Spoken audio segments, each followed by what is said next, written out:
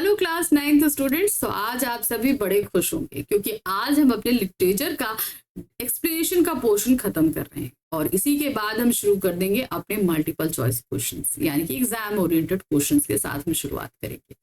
तो आज हम जैसे कि व्याकरण और लेखन का तो सिलेबस हम पहले ही पूरा कर चुके हैं। अब लिटरेचर में भी हमने कोर्स बी और अब कोर्स ए भी कंप्लीट कर लिया। अब हम बढ़ेंगे अपने एग्जाम ओरिएंटेड क्वेश्चन की तरफ, लेकिन उससे पहले फटाफट ये आखिरी अध्याय भी हम पूरा कर लें। तो आज का ये आखिरी अध्याय है क्लास 9th हिंदी कोर्स ए की हमारी बुक है कृतिका भाग 1 और इसका अंतिम तीसरा और अंतिम अध्याय है रीढ़ की हड्डी। कौन सा अध्याय है? रीढ़ की हड्डी। बहुत ही इंटरेस्टिंग अध्याय है। यहाँ पर हम देखने वाले हैं दहेज के लोभी वो लोग जो यहाँ पर उन्हें लड़की कम पढ़ी लिखी चाहिए, लड़का उनका कैसा भी हो, मगर तमाम तरह की डिमांड्स के साथ वो लड़की वालों के सामने प्रेजेंट होते। ऐसे ही लोगों पर व्यंग करता हुआ ये एक एकांकी। तो आज के वीडियो में हम देखने वाले हैं सबसे पहले लेखक परिचय। लेखक है हमारे जगदीश चंद्र माथुर, उनके बारे में हम देखेंगे। फिर उसके बाद हम देखेंगे पाठ की रूपरेखा और फिर पाठ का सार। ठीक है, तो शुरू करें फटाफट बिना वक्त गंवाए अपने चैप्टर को। सबसे पहले लेखक परिचय। प्रसिद्ध नाटककार जगदीश चंद्र माथुर का जन्म सन 1917 में उत्तर प्रदेश के खुर्जा नामक स्थान पर हुआ था। कहाँ हुआ था? खुर्जा। उन्होंने उच्च शिक्षा इलाहाबाद विश्वविद्यालय से प्राप्त की, यानी कि जो होता है ना हायर एजुकेशन, यानी कि आपका इंटरमीडिएट के बाद जो रहती है वो एजुकेशन। उनकी रुचि बचपन से ही नाटकों में अधिक थी। इसी कारण वे स्कूल कॉलेज के सांस्कृतिक उत्सवों में भाग लेने लगे। साथ ही साथ नाट्य लेखन, निर्देशन और अभिनय करते रहे। तो मतलब वो नाटक लिख भी रहे थे, खेल भी रहे थे, निर्देशन भी कर रहे थे, सभी कर रहे थे। माथुर जी की प्रमुख कृतियां हैं पूर्णांक, दशरथ नंदन, शारदिया, पहला राजा। ये इनके क्या है? नाटक इन्होंने लिखे। फिर है भोर का तारा, ओ मेरे सपने, ये इनका एकांकी संग्रह है। जगदीश चंद्र माथुर के नाटकों में विविधता देखने को मिलती। उन्होंने ऐतिहासिक नाटकों के साथ साथ सामाजिक समस्याओं से जुड़े एकांकी व नाटक भी लिखे। उनकी व्यंग्य प्रधान एकांकी चर्चित रही है। सन 1978 में उनका देहांत हो गया। तो ये थे हमारे लेखक जगदीश चंद्र माथुर। अब हम आ जाते हैं पाठ की रूपरेखा पर। आखिर इस पाठ में हम देखने क्या वाले हैं। रीढ़ की हड्डी एक सामाजिक व्यंग एकांकी है, समाज पर व्यंग करती है। इस पाठ के माध्यम से लेखक ने सीधा उन लोगों पर प्रहार किया है जो लड़के और लड़कियों में भेद करते हैं। रीढ़ की हड्डी में जगदीश चंद्र माथुर ने उस स्थिति को बताने की कोशिश की है जब लड़कियां पढ़ लिख कर सक्षम हो जाती हैं तथा उनसे आत्मविश्वास जाग उठता है, फिर भी समाज कुछ दक्यानुसी विचार वाले लोग लड़कियों की इस सफलता से दुखी होते हैं। कहने का तात्पर्य क्या है कि भाई लड़कियों को लड़कों से भेद रखा जाता है, इससे उन्हें कम पढ़ाने की एक प्रवृत्ति थी। लेकिन कुछ घरों में अगर ये प्रवृत्ति हटा दी जाए कि वो समान रूप से लेखन पढ़ाई कार्य करा, मतलब अध्यापन पढ़ाया जाए बच्चों को, लड़कियों को, तो फिर अब उनके रिश्ते में क्या होता है? तो ऐसी बाउंडेशन कि भाई ज्यादा पढ़ी लिखी लड़की नहीं चाहिए, हमारा घर बर्बाद हो जाएगा, जैसी जो है ये बहुत सारी चीजों का सामना करना पड़ता है। तो यही इस एकांकी के अंदर। तो चलिए देख लेते हैं फटाफट इस एकांकी को। मेहमान के स्वागत की तैयारी। अब मेहमान कौन आ रहे हैं? लड़की को देखने वाले। इस एकांकी के घर के मुखिया है रामस्वरूप। अपने घर को सजाते संवारते हैं क्योंकि आज उनकी बेटी उमा को देखने के लिए गोपाल प्रसाद अपने बेटे शंकर के साथ आ रहे हैं। समझ में आया? घर का मालिक है रामस्वरूप, उनकी बेटी है उमा। उमा को देखने के लिए दो लोग आ रहे हैं, लड़का और लड़के का बाप। लड़के का बाप है गोपाल प्रसाद और लड़के का नाम है शंकर। रामस्वरूप अपने नौकर के साथ तख्त और उस पर बिछाई जाने वाली चादर ठीक कर रहे हैं, मतलब सब कुछ ठीक ठाक कर रहे हैं। नौकर कुछ ऊंचा सुनने के कारण धोबी को धोती सुन लेता है, जिसके कारण घर में हास्यास्पद स्थिति उत्पन्न हो जाती है। तो ये स्टार्टिंग एकांकी यहाँ से होता है कि घर को ठीक ठाक किया जा रहा है कि वो लोग आने वाले हैं। रामस्वरूप तथा प्रेमा का वार्तालाप। अब प्रेमा कौन है? रामस्वरूप की वाइफ और उमा की मां है। उमा की मां प्रेमा बताती है कि बेटी तो मुंह फुलाए पड़ी है, वह इसका सारा दोष पढ़ाई लिखाई पर डाल देती है। वह कहती है कि इससे तो अच्छा हमारा जमाना था जब लड़कियां कम पढ़ी लिखी होती थी। भाई उमा ने पढ़ लिया है तो अब वो क्या कह रही है कि भाई मैं अभी शादी नहीं करना चाहती, मैं और ज्यादा पढ़ना चाहती हूँ। लेकिन यहाँ रामस्वरूप और जो है प्रेमा का कहना है कि भाई लड़के वाले देखने वाले हैं, आ रहे हैं, कुछ थोड़ा सा सच सवर ले तब आए, वो करने को तैयार नहीं। प्रेमा बताती है कि उमा पाउडर तक नहीं लगाती है। इस पर रामस्वरूप कहते हैं कि वे बिना पाउडर के भी अच्छी दिखती है। रामस्वरूप बताते हैं कि वैसे तो वे लोग बहुत पढ़े लिखे हैं। गोपाल प्रसाद पेशे से वकील और उनका बेटा बीएससी पास है, पर उनके ये विचार दकियानूसी है। मतलब भाई चाहे जितने पढ़े हों लेकिन सोच क्या है वो बहुत ही पिछड़ी हुई सी। वे लड़की ऐसी चाहते हैं जो अधिक पढ़ी लिखी ना हो, मतलब ज्यादा पढ़ी लिखी नहीं होनी चाहिए। और लड़का तो बाप से भी बढ़कर है। वह पढ़ता तो लखनऊ के मेडिकल कॉलेज में है, पर शादी के मामले में पढ़ी लिखी लड़की उसे पसंद नहीं है। यानी कि आप चाहे जितना पढ़ जाइए लेकिन लड़की पढ़ी लिखी नहीं होनी चाहिए। अब वो ऐसा क्यों कह रहे हैं, इसका सोचना ये है कि भाई पढ़ी लिखी लड़की जो होगी वो घर से बाहर जाएगी, 4 लोगों से मिलेगी, उसका स्वतंत्र विचार होगा, घर नहीं संभालेगी, तो इस तरीके से किसी भी चीज में अपने पॉइंट ऑफ व्यू रखेगी, तो इसलिए ज्यादा पढ़ी लिखी लड़की नहीं होनी चाहिए। रामस्वरूप अपनी पत्नी से कहते हैं कि अब किसी भी तरह उसे तैयार करो क्योंकि लड़के वाले कभी भी आ सकते हैं। तो ये बात लड़के वालों से छिपाई गई है कि उमा ज्यादा पढ़ी लिखी है। रामस्वरूप की विवशता क्या बताएगा। रामस्वरूप जानते हैं कि उमा को पढ़ा लिखा कर उन्होंने कोई गलती नहीं की, फिर भी लड़के वालों के सामने वह अपनी बेटी के बीए तक पढ़े होने की बात नहीं बता सकते। तो लड़की क्या है, ग्रेजुएशन कर चुकी है और ये बात वो छिपा रहे हैं।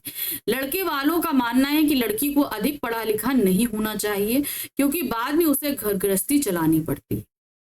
इस प्रकार रामस्वरूप विवशता के कारण अपनी बेटी के पढ़े लिखे होने की बात लड़कों से छिपाते हैं। भाई वो ये मानते हैं कि मैंने अपनी लड़की को पढ़ाया है तो मैंने गलत नहीं किया, लेकिन वो इस बात को छिपाने के लिए मजबूर है क्योंकि लड़के वाले को सोच ये है कि भाई लड़की ज्यादा पढ़ी लिखी होगी तो वो घर गृहस्थी नहीं संभालेगी, वो घर के बाहर जाकर काम करना ज्यादा पसंद करेगी, घर के लोगों से दबकर नहीं रहेगी, तो इसलिए वो पढ़ी लिखी लड़की नहीं चाहते। तो इस वजह से वो मजबूर है अपनी लड़की के ज्यादा पढ़ी लिखी होने की बात को छुपाने के लिए। लड़के वालों का आगमन और उनका स्वागत सरकार। अब इतने में क्या है कि अब लड़के वाले आ जाते हैं तो उनकी खातिरदारी किस तरीके से होती है।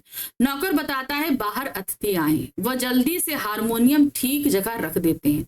वो बताते हैं भाई लड़की का हुनर भी होना चाहिए, भाई गाना गाती बजाती है तो भी।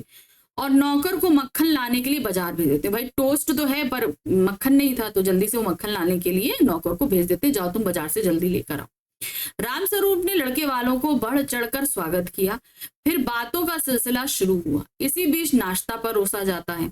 गोपाल प्रसाद अपने जमाने की पढ़ाई की बात भी कहते हैं कि उस समय में मैट्रिक पढ़ा हुआ जो अंग्रेजी लिखता था उसकी तुलना आज के एमए की डिग्री लेने वाले भी नहीं कर सकता। यानी कि अब पुराने समय की पढ़ाई और समय की में जो कंपेयर करने वाली बात होती है वो दोनों में अपने पुराने समय की बात को लेकर शुरू हो जाते हैं। गोपाल प्रसाद और रामस्वरूप के बीच में बात शुरू होती है।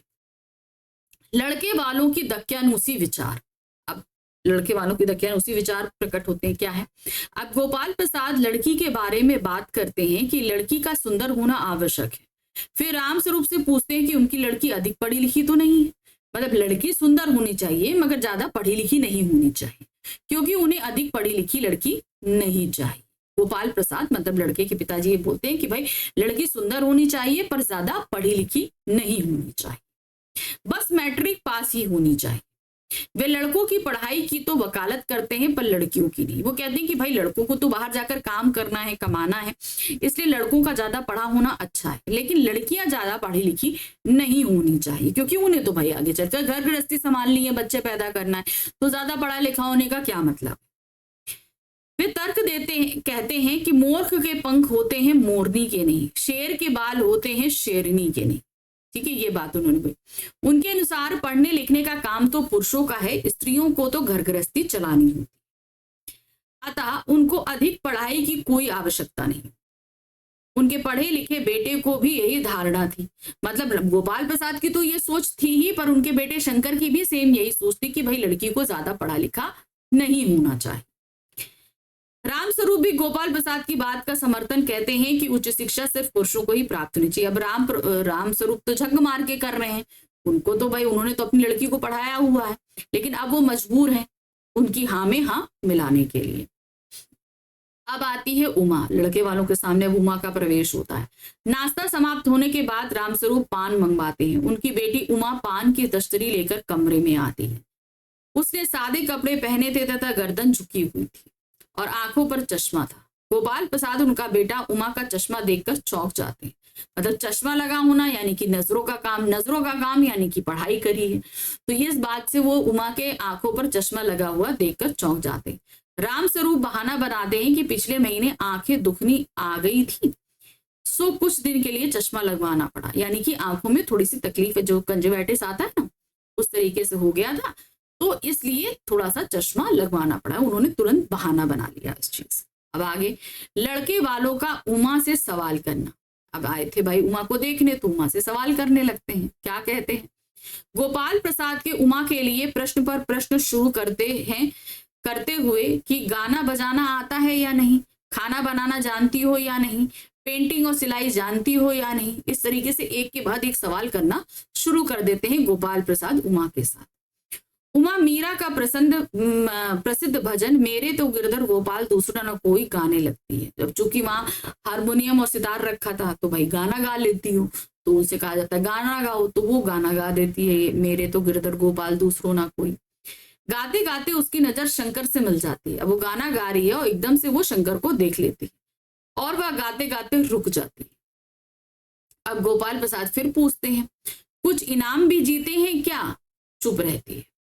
अब उससे पूछते हैं कि भाई तुम गाते हो अच्छी लेती हो क्या, इसमें तुमने कोई प्राइज वगैरह जीता है?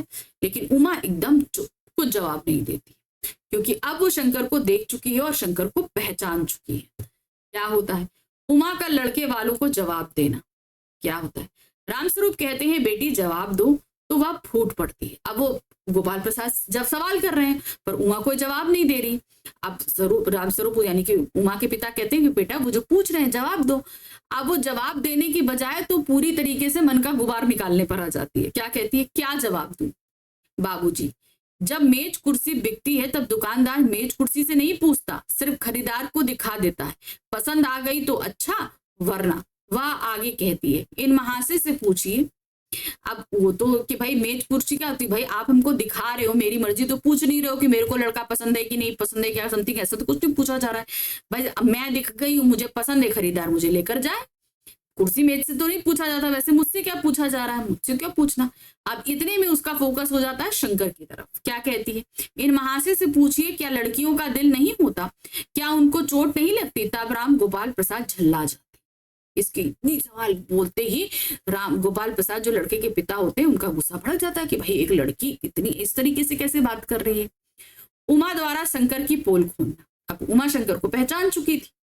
अब शंकर के बारे में वो बोलती है। क्या कहती है? उमा गोपाल प्रसाद से कहती है जरा अपने साहबजादे से पूछिए कि पिछली फरवरी में ये लड़कियों के हॉस्टल के इर्द गिर्द क्यों घूम रहे थे और वहां कैसे भगाए गए।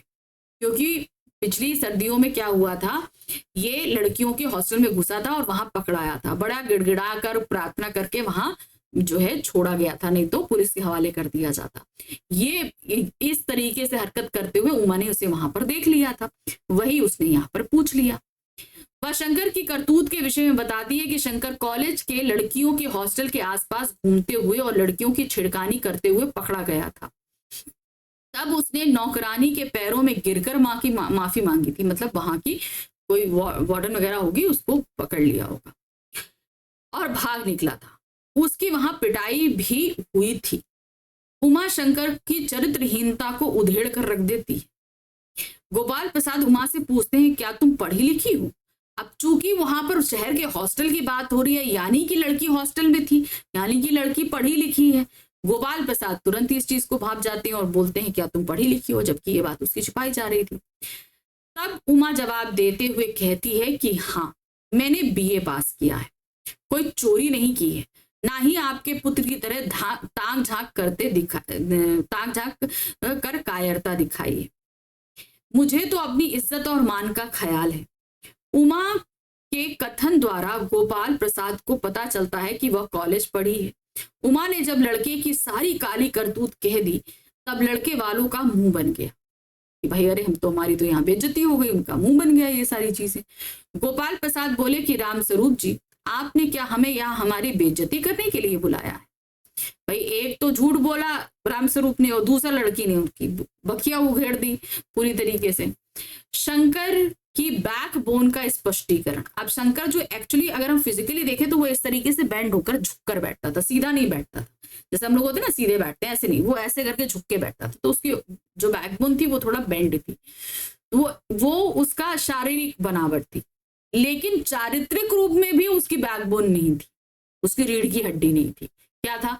गोपाल प्रसाद स्वयं को अपमानित किए जाने की बात कहते हैं और वहां से जाने का उपक्रम करते हैं कि भाई ठीक है, हमारे तो यहाँ अपमान हुआ, अब हम जा रहे हैं।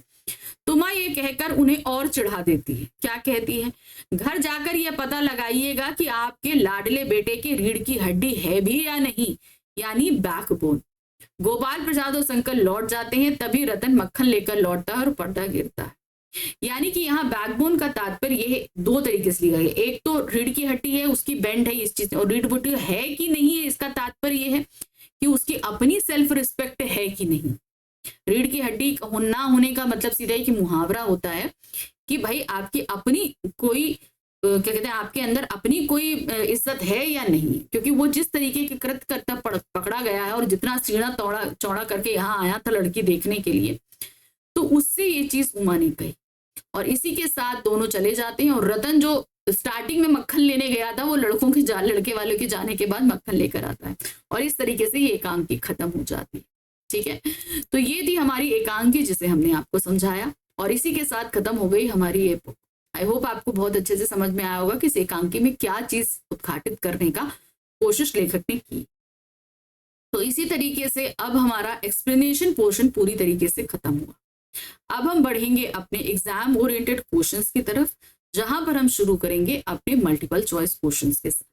तो अब हम मिलेंगे नेक्स्ट वीडियो में, जिसमें हम शुरू करेंगे बहुविकल्पीय प्रश्न। लेकिन उससे पहले फटाफट चैनल को लाइक, सब्सक्राइब, शेयर कीजिए, कमेंट कीजिए। और हाँ, हमसे कनेक्ट करने का एक और बेहतरीन तरीका है, वो है टेलीग्राम चैनल के थ्रू, जिसका लिंक आपको नीचे डिस्क्रिप्शन में दिया गया है, उसे आप ज्वाइन कर सकते हैं। ठीक है, मिलते हैं अगली बार। Thank you for watching, bye bye.